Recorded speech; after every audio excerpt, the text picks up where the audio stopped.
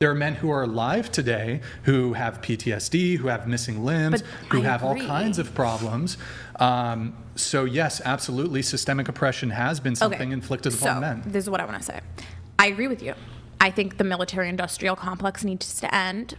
I think the draft is terrible. I think war is awful. And I think the war that has been executed by the United States is awful, right? But what I'm going to say here is that is one system, as opposed to the multiple other systems that have specifically only been inflicted on women, okay? So if we're gonna look at that one system and say— there's others, but okay. And we're gonna say, okay, this one system is the place where men have been oppressed, but then when it comes to the economy, when it comes to rights to vote, when it comes to this, when it comes to all of these other things, women have been oppressed, right? So if you can give me more examples, I would love that. Can you give me an example of how women are currently being oppressed, or an example of how you are currently being oppressed as a woman?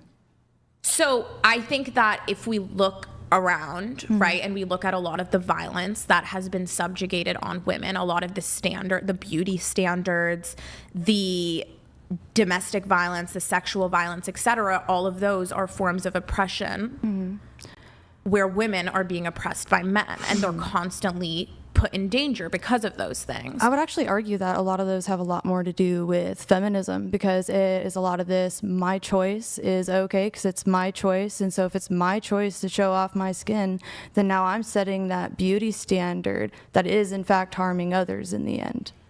I'm sorry, how does that have anything to do with sexual violence at the hands of men? Because I'm saying that that's your choice in feminism, you know? How does my choice have anything to do with sexual assault and domestic violence? Is it like their choice? It's not exclusive to women. A sexual assault is not exclusive to women. Yeah, I'm not saying it is, but rates are higher for women. And you know that's not, you know, that you're demonizing a small amount of men.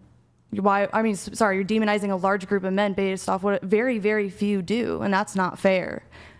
Again, so if we look at the rates of sexual assault and domestic violence, they're much higher, right, in being inflicted upon women. Okay, so I'm just talking about facts. So actually, I think that feminism has evidence of being dangerous, because the domestic violence crimes are escalating only in females and it's decreasing in men. Hold on, let's not shift the goalposts here. You were referencing systemic oppression. Yeah, exactly. Governments are not forcing women to be essayed. So yeah.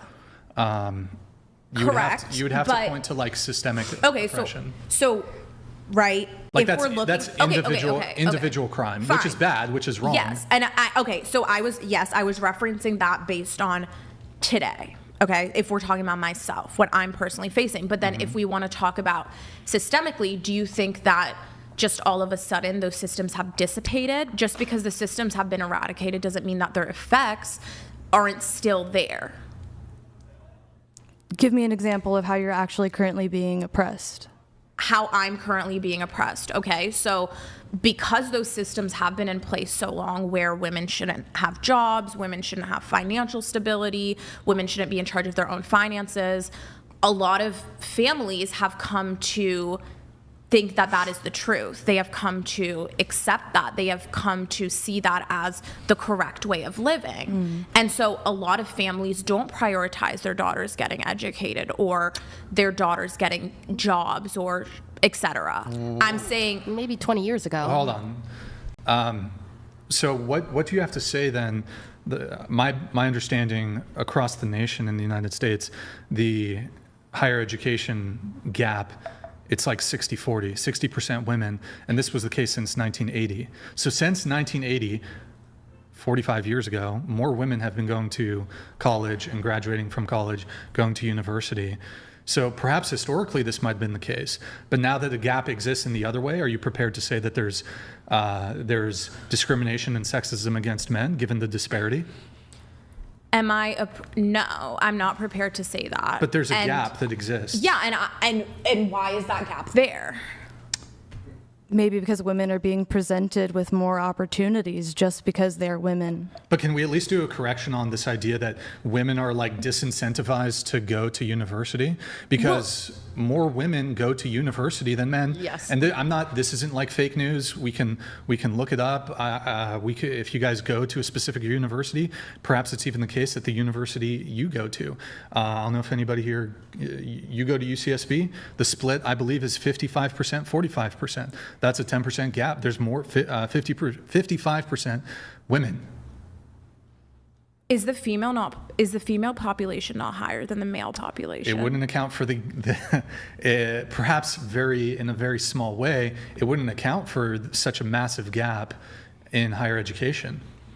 Yes, I'm saying ideologies of certain families. I'm not Sure. saying Absolutely. I'm not saying specifically in the universities are accepting less females than they are accepting males. But what I'm saying is there are certain families who don't incentivize their daughters to go to school. That's more of a cultural issue.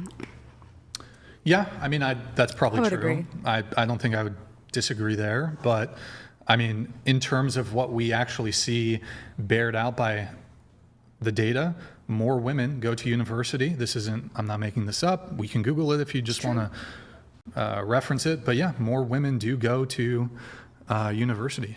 And it's not by a small margin. I think in total, it's either there are 1 or 2 million more women that go to university than there are men. And so this accounts for a 60-40 split in favor of women. What's your point?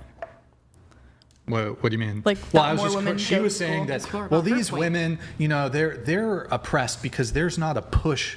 We're trying to limit how many women go to university, but actually, in terms of actual college enrollment, getting a diploma, women are outperforming men in that particular regard.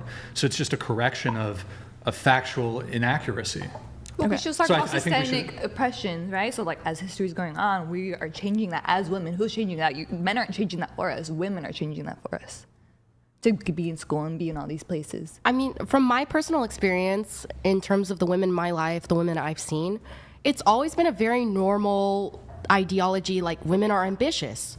We go to, most mothers, from my knowledge, are pushing their daughters to go to school.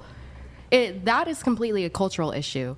I wouldn't say so. It was like that in my house growing up. They were kind of more focused on Well, my you brother. live a little more Midwest. Right. That's why I'm like, I A think little like more it's Midwest, more so. which is culture. Well, I don't know if Midwest is necessarily. I think it's just like more so.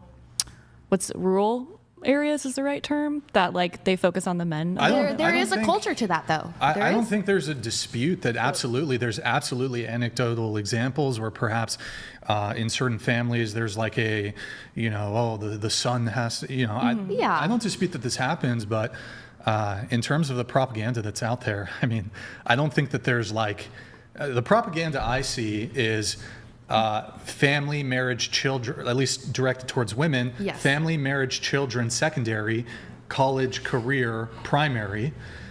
And I don't really see much propaganda in the other direction where it's like, no, women, don't go to college. I will don't say have a career. that don't see it. propaganda is more, again, in the personal family life. Like, you don't see that Sure. online.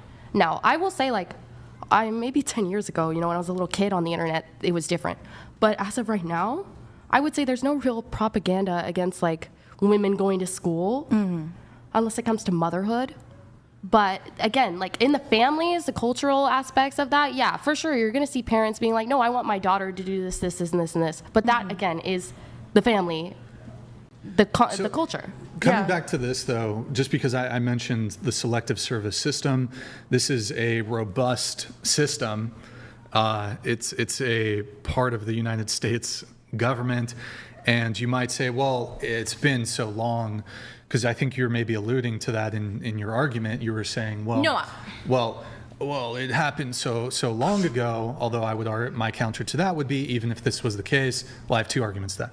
Even if it was the case, like, if I were to dismiss, like, any claims related to, like, Slavery. racism or, like, ways in which black people or other people of color might be disadvantaged in the United States, and I just said to you, well, like slavery was a really long time ago, so it doesn't matter, you would probably say that's ridiculous. In this same way, just because the last draft we actually had happened, even if we looked at World War I, World War II drafts, those are hundreds of thousands of men who were casualties of war.